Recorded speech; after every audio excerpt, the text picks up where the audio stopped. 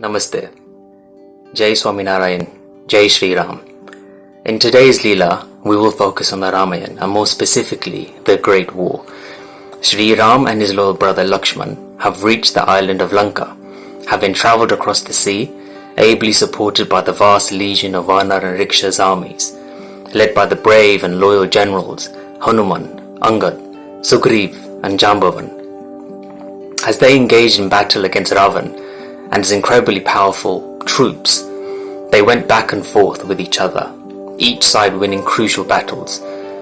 Eventually Shri Ram and his army made inroads and began to decimate their foes, until Ravan was left to fend for himself. With guidance from Vibhishan, Shri Ram was able to fire the decisive arrow to Ravan's heart, finally causing him to fall.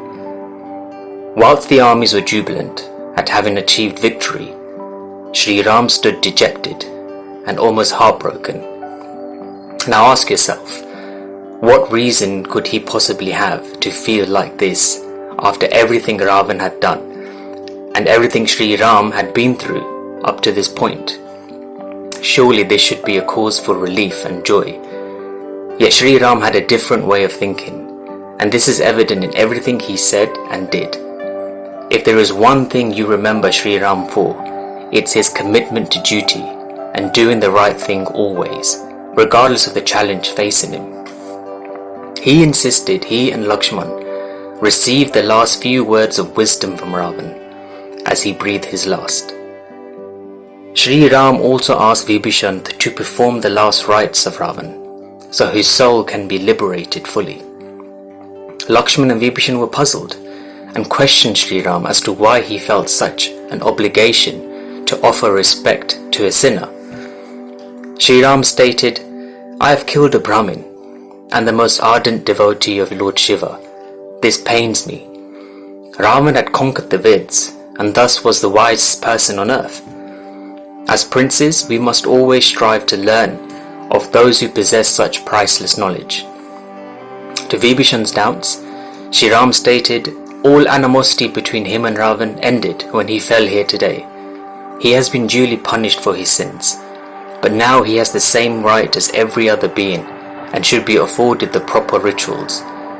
It is Vibhishan's duty, as the younger brother and heir of Lanka, to perform these rituals. It is the right thing to do. We tend to see things such as war and stories like these in a very binary view. Hero and villain, win and loss, good and bad, black and white, when in reality there's a lot of grey area in between and involves a lot more context and inspection. Like it was for Lakshman and Vibhishan, it's difficult to see the good in people, but as Shri Ram showed, it's hugely important. Ravan was an incredibly knowledgeable person and extremely devoted to Lord Shiva. Even the beautiful Shiv Tandav Stotra, which is still recited today, was composed by Ravan himself. His 10 heads represented his command of the Veds and Shastras, but also represented all his qualities, good and bad. His downfall was that he failed to listen to his good qualities of intelligence and devotion, and instead bowed to his qualities of lust, anger, pride and ego. Shri Ram defeated the evil of Ravan, as it was his duty to do so. He recognized the good that remained in Ravan and chose to learn from him. That was also his duty. The importance of duty and rightful action cannot be understated. Shri Krishna tells Arjuna in the Mahabharata about Karma Yoga and how this is the spiritual practice of selfless action, performed for the benefit of others. It is rightful action without being bound by bias, perception of others, fear of failure or attachment to success. Shri Ram lived his entire life in this way. Whatever he did so with absolute clarity in thought and knowing his actions were the right thing to do and for the betterment of others. As difficult this may be, we should strive to live like Shri Ram did.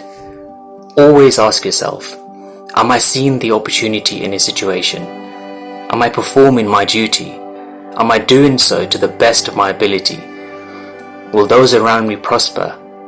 And most importantly, am I doing the right thing? Jai Shri Ram.